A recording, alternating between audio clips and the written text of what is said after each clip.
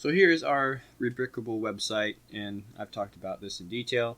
I'm going to go straight to my loose parts collection, and the way that I have these organized makes sense for me. You don't have to do it this way, but I would suggest if you're working with part lists a lot where you're switching between your different lists, you should always keep one as kind of a temporary, and most of the time it'll be empty, and then when you're adding in inventory that you just want to focus on, you can have this temporary list and get all the info that you want for that.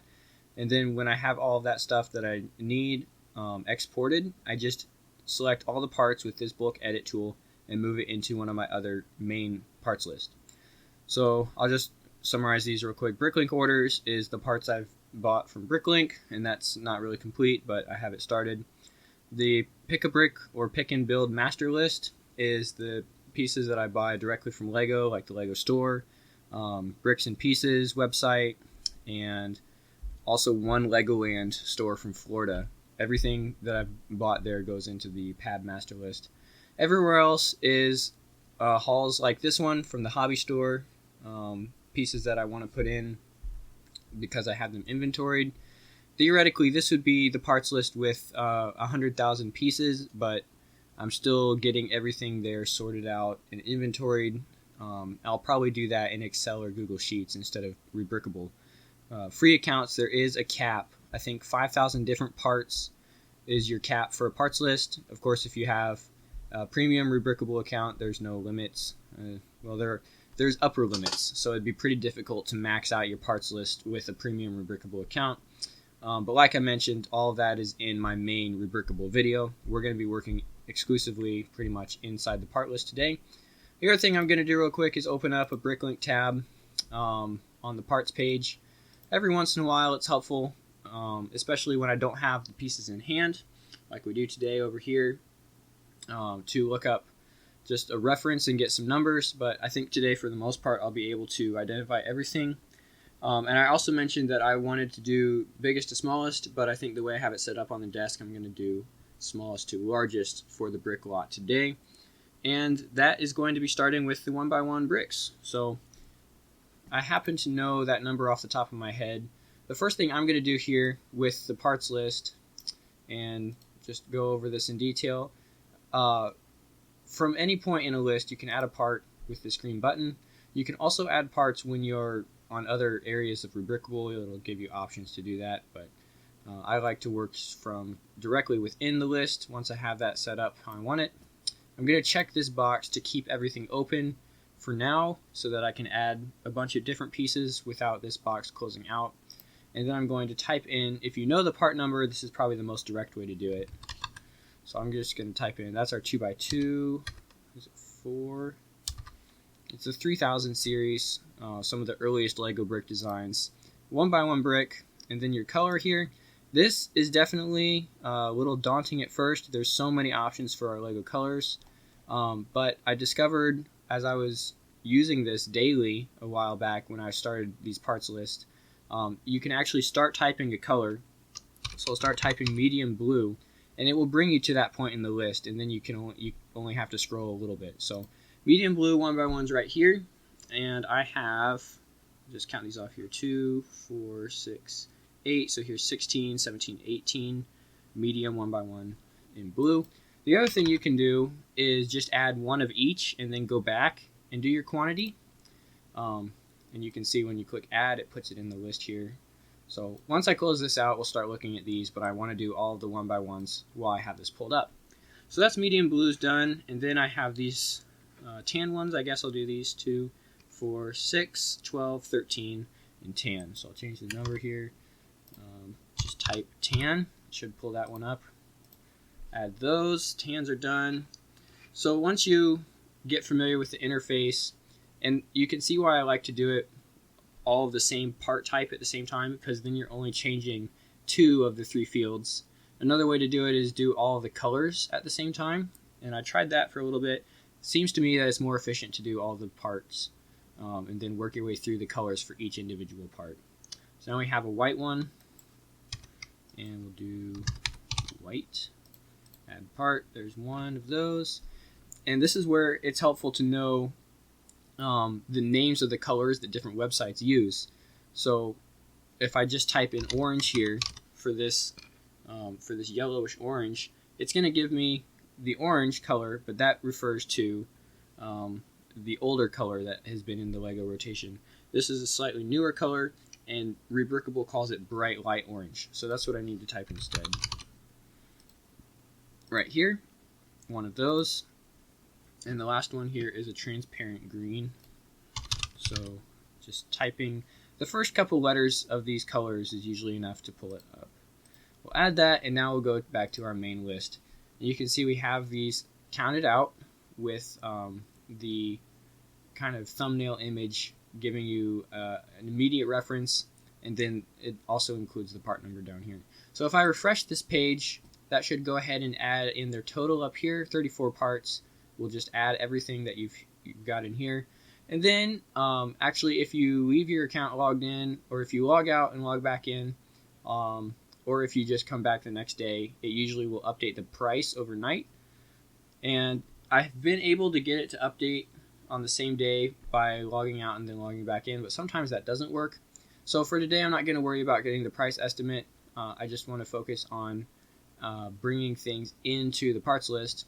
And then that refresh also brings in the individual price down here at the bottom. So we can see that if we want to sort by price, that was just arrange these very nicely here. And we've got our trans green 1x1 brick clocking in at $1.17. That price is for a new one. And I'm going to show you guys later where Rebrickable talks about where they get these prices. But it's pulled from Bricklink data, specifically from the average sale price of new parts that match this description. So the bright light orange one clocking in at 14, the tan at 9, white at 9, medium blue at 5. Just get an idea of kind of the price dispersion for these. So our 1x1s are done. Let's get those out of the picture. We'll get those sorted out a little later. I'm going to go back into my add part pop-up, and now it's the 1x2s. But I'm going to start with these slightly different ones that don't have the tube in the bottom. So the part number on here is actually in the bottom of the piece. Let's see if I can get a good angle on the light. 3065 is the part number for these. It pulls it right up. And I've got a trans red one and then this trans black, transparent black color. So just start with our color, keep open. There's the black one, and then the red should be right in here, pretty close. So there's the red one. So that's these two, and these are the ones with the 3065 part number. Now I can do the regular 1x2, and these are 3004 brick 1x2. And if you don't know it by memory yet, that's fine. Just go in. They're all molded on the inside. Most of the pieces in the Lego system have their part number molded on them somewhere. So I've got one in dark red. The other thing that I could do to streamline this is go through and try to figure out colors top to bottom. They're actually listed alphabetically in Rebrickable. So I could, get this all set up to where I'm working my way through these colors alphabetically. But for the most part, since it has this autocomplete type feature, I just like to use that. Remember, this isn't brown, this is reddish brown, so we have to type in reddish brown. And the first four letters, R-E-D-D, only occur in this color reddish brown. So that's enough to pull it right up. We've got 3 of them. So that's those done. Medium blue is 2, 4, 6, 8, 10, 12, 14. So we'll type medium blue. 14. And then tan and bright light orange. So there's 2 bright light orange. We'll do those. All in the same area. 2 of those right there. And the tans, we've got 2, 4, 6, 8, 10. Pretty easy.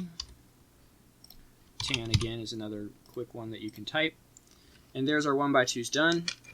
So I am moving through this a little faster than you probably will if this is the first time you're using Rebrickable Parts List. Just remember, I've had some practice with this, so it's definitely something that if you're using a lot, you get to be pretty quick with it, and that's helpful for doing larger lots if you want to have this digital inventory. All right, we'll do our 1x3. Is this 3006? 5 was a 1x1. 002 is a 2x3. I forget all the specific. This 3000 series of parts is usually pretty familiar, but I think the 1x3 was added in a little later, so I'll see if I can find my mold number here. In the light. 3622. Let's try that. There it is. Slightly down the line, so we've got white 1. That's the only 1x3 in the lot, so we'll get that out of the way. Now I have one 1x4, and if you don't know the part number, let's just type 1x4 brick and see if we get anything. It actually pulls up the prints first, but you can see if you take away the PR numbers, then you're left with 3010. So I'll just type in 3010. That should bring us to our regular brick. This one is tan, and we've got 1. So that's our 1x4s done, just the one of those. And I've been talking more about why I got these specific pieces in this lot in the previous video in the series. So just a matter of being at the hobby store and making selections, specifically picking through what was there to find pieces that I either kind of just want to build out the collection with, or stuff that was only in a couple sets, so it's worth more. And at the hobby store, it's sold by volume, not piece. So you can actually get those, depending on how many pieces you end up with, for a pretty decent price, I feel. But 1x6s in yellow. Not really worried about the mold variations for this part. I think when we get to this vintage 2x2, I'll try to find something with that. 1x6 brick. Should pull this up. 3009. Remember seeing that earlier now. Yellow is down at the bottom. So if you don't feel like typing it, you can just scroll to the bottom of the color list. Again, that Y sorted alphabetically. So there's the 3 1x6s. The single 1x8 was going to be 3008. Interesting case to remember that one. Just one of these. Now that's added in. And now I guess we'll do these corners. So this should be findable with 2x2 corner brick. 2357 brick 2x2 corner. I've got 4 in tan, so I'll just work my way down, I guess. That's those. 1 in blue. 1 in white. And then light bluish gray. 2 of those. And 2 more in red. And that's it for the corner bricks. I guess I'll do these now. This is a 2x2x3, so let's search that and see if anything comes up. 30145, red, we've got 1. Again, looking at changing as few of these fields as you need to, saves us some time. And we'll do this one next, the 1x2x2, 2x2, kind of a wall panel element. Nothing pulls up here. Maybe this 3245.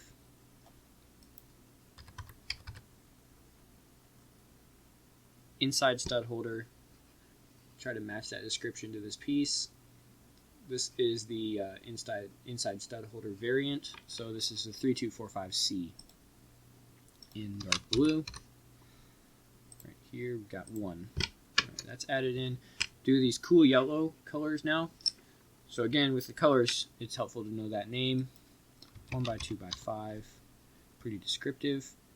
And this one also has multiple variations. So let's take out this letter. 2454A is blocked open studs and bottom stud holder. So this is blocked open studs, and then the bottom stud holder with asymmetric ridges. Those look slightly different, so I would say that's probably it. What is this one? Hollow studs and bottom stud holder with symmetric ridges. So these are hollow studs, but they don't go all the way down through the part like some other pieces do. So I think it's this 2454A variation, cool yellow, except it's not called cool yellow in Rebrickable. It's bright light yellow, I believe. And I'll address those color errors in a minute. That's why I'm getting those. 1x1x5 is our last one for this kind of segment. Solid stud, blocked open or hollow stud, bright light yellow, 1. Add that in. Alright, let's look at why we're getting some errors down here in the parts list. Usually this means, color error means you have chosen an invalid color for this part, or you've chosen a valid color for the part that doesn't have that combination. So it's actually helpful now at this stage to go in here. If you have the correct part selected, you can open up this color selection, and it shows you the used colors at the top of the list. So I can kind of look through here and see maybe if there's a better match for the color, and it looks like light yellow is probably the one I want to use. It's been in 10 sets. And this is where I can go to Bricklink again and kind of validate that as well. We'll just go to our brick here and search 1x1x5. And we can look at the hollow stud version and look for that cool yellow color. But this isn't hollow stud, my mistake. So it should be B. This one right here in bright light yellow appears in 3 sets. So now I know that I should go back here and change this to B. No, wait, this is our 1x2. Sorry, my bad. So light yellow, correct for this, save part. Let's fix this one. This one is the one that should be B in light yellow, save part. Alright, so those are fixed now. I think that one looks okay. This one still says color error for some reason. Oh, because I changed the part type as well. Alright, that one's fixed, that one's fixed. Let's fix this one. This one is showing solid studs. So it doesn't exist in dark blue, so that means this one is wrong. Let me try B. And then we'll see if it gives us a valid dark blue color. And it does. There are 16 instances of this part in dark blue. So adding these pieces to a Rebrickable parts list is a matter of typing in the piece that you think it is, adding it to the list, and then you kind of work your way back and fix the parts that are throwing errors at you. And with a little help from Bricklink, it's just a matter of a couple minutes usually to fix that. There are rare instances. I'm actually going to go to my Pick a Brick master list to show an instance of where this is incorrect. And this happens just because of the way the inventories are managed. I ordered these train wheels from Bricks and Pieces earlier this year.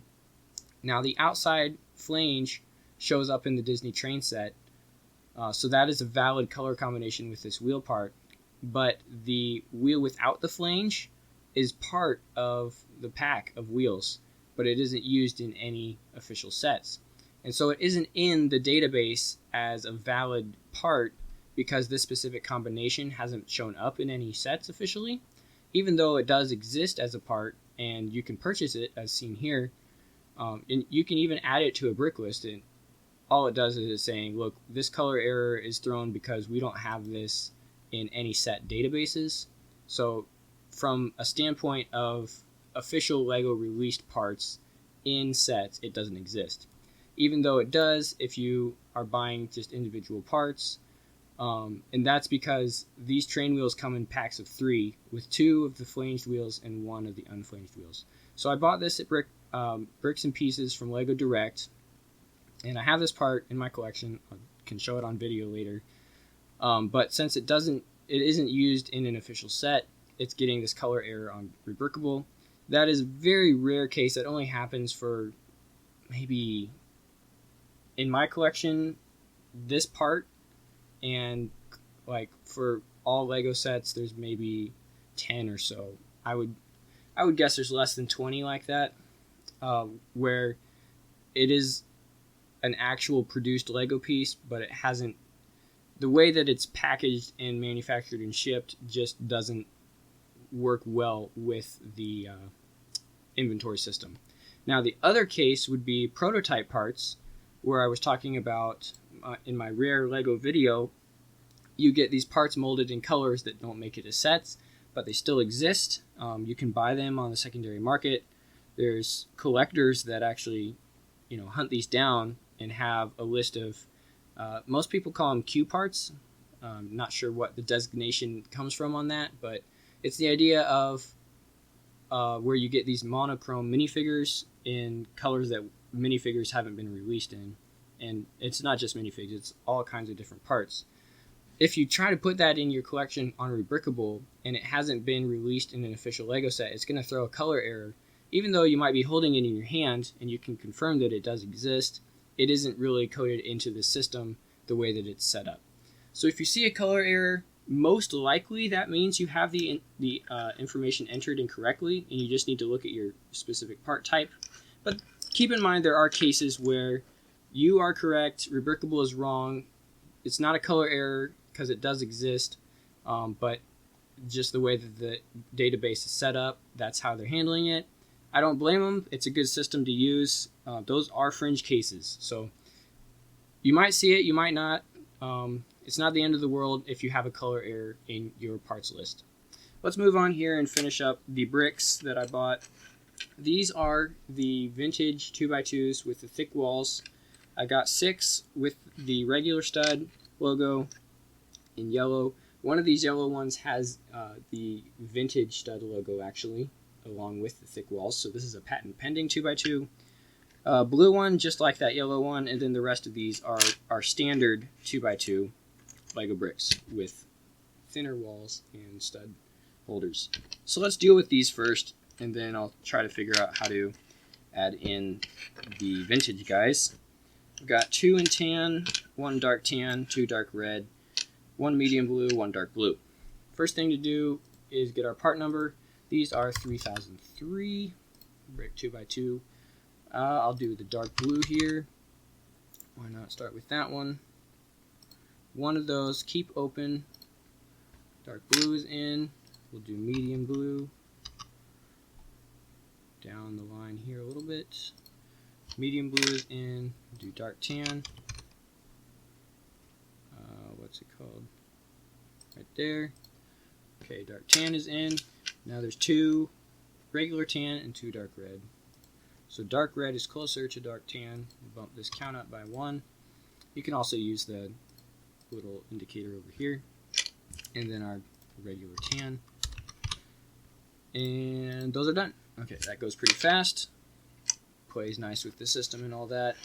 While I'm here, let's try adding in, I think it's just A, the 2x2 brick without cross support, and then 303B is brick 2x2 without inside support or tubes.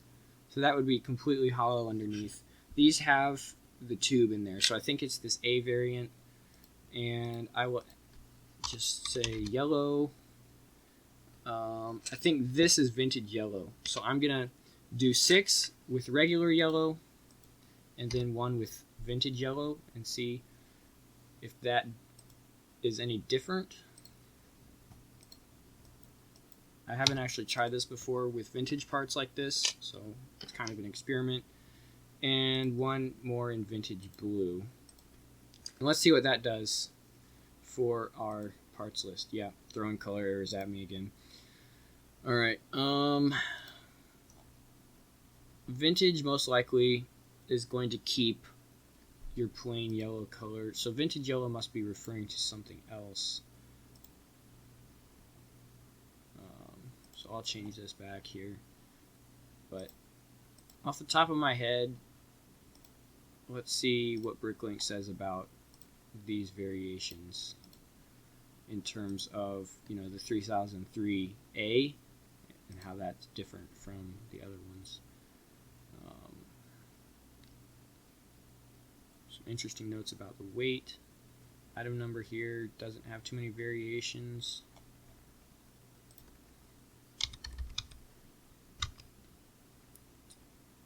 And let's see what this one says.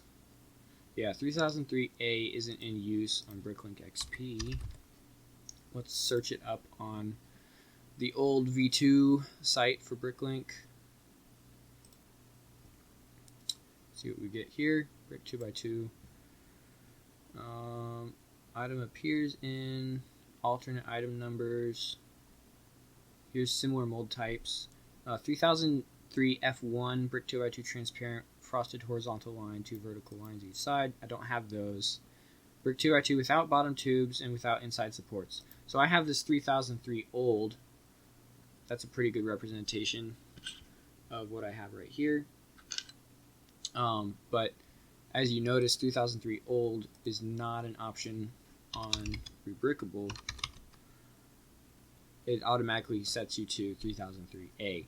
So I think I have the right one selected in terms of entering the part that I want. I'm not sure that there's actually an option to say, yes, it's an old 2x2, but a further distinction to that would be the vintage logo on there. So I don't know if we have that granularity in Rebrickable.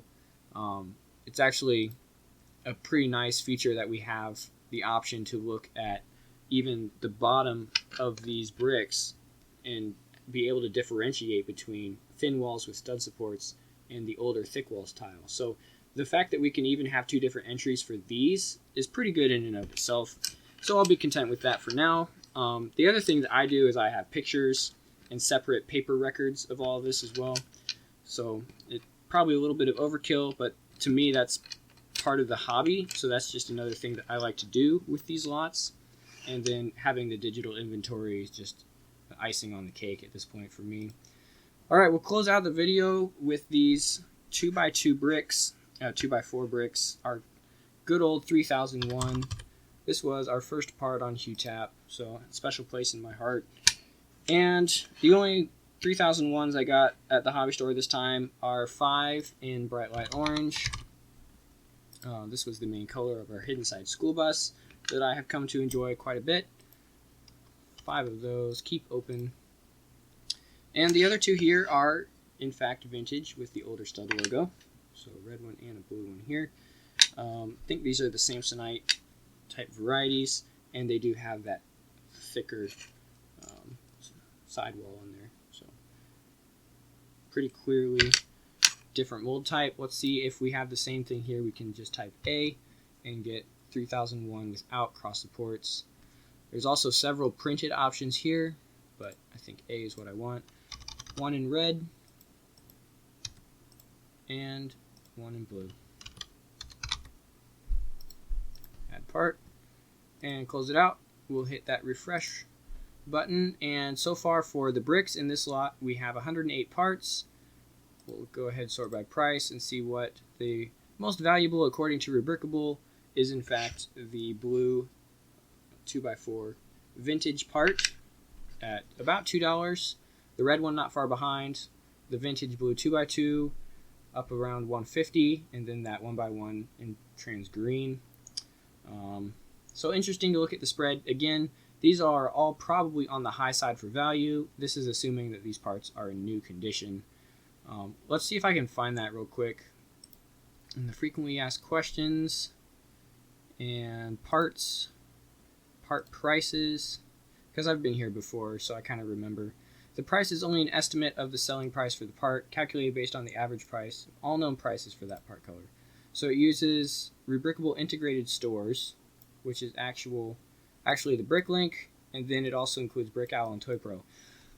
So that's probably what's driving up the cost, is the inclusion of Brickowl and Toy Pro. These are additional brick stores. I don't think they're as widely used as Bricklink, and so oftentimes, especially for these older vintage pieces, you'll see higher prices. And that's kind of what's more visible in this particular lot, because that's what my picking is leaning towards, actually. So for common parts, I think the average will be overwhelmed with the Bricklink data, which is good. You'll have pretty good data there. Bricklink is a really good indicator of where the market's at.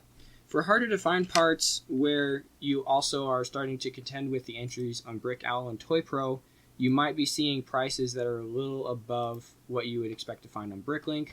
And I've seen cases where there's a vintage part that's so hard to find, it goes without being seen on Bricklink for months at a time. It might also be found on Brick Owl and Toy Pro, but might not be selling as often because it's listed at a higher price. Only uses prices seen in the last 24 hours. So that's the interesting one with the timing there. It's actually refreshed pretty frequently and excludes used parts. Like I mentioned, this is taking the assumption that you are pricing out new parts. So to get a better value for these pieces, I usually just cut that number in half. And even then, it might be worth exporting my part list. When it's all said and done, I might actually export this as a Bricklink file and try to do another estimate with just the data from Bricklink and kind of see how that compares, because that's where you can kind of add in the option to treat these as used pieces, which in my case I would describe these as used. You know, you might have one or two that are in pretty decent condition, but for the most part, used Lego. A good estimate, I think, just to cut this price in half and start with that. I'm still looking at hobby store prices for these. Once I have a final count, I'll know the exact value. I can divide price per piece, but my guess is this was close to 2 or 3 cents apart.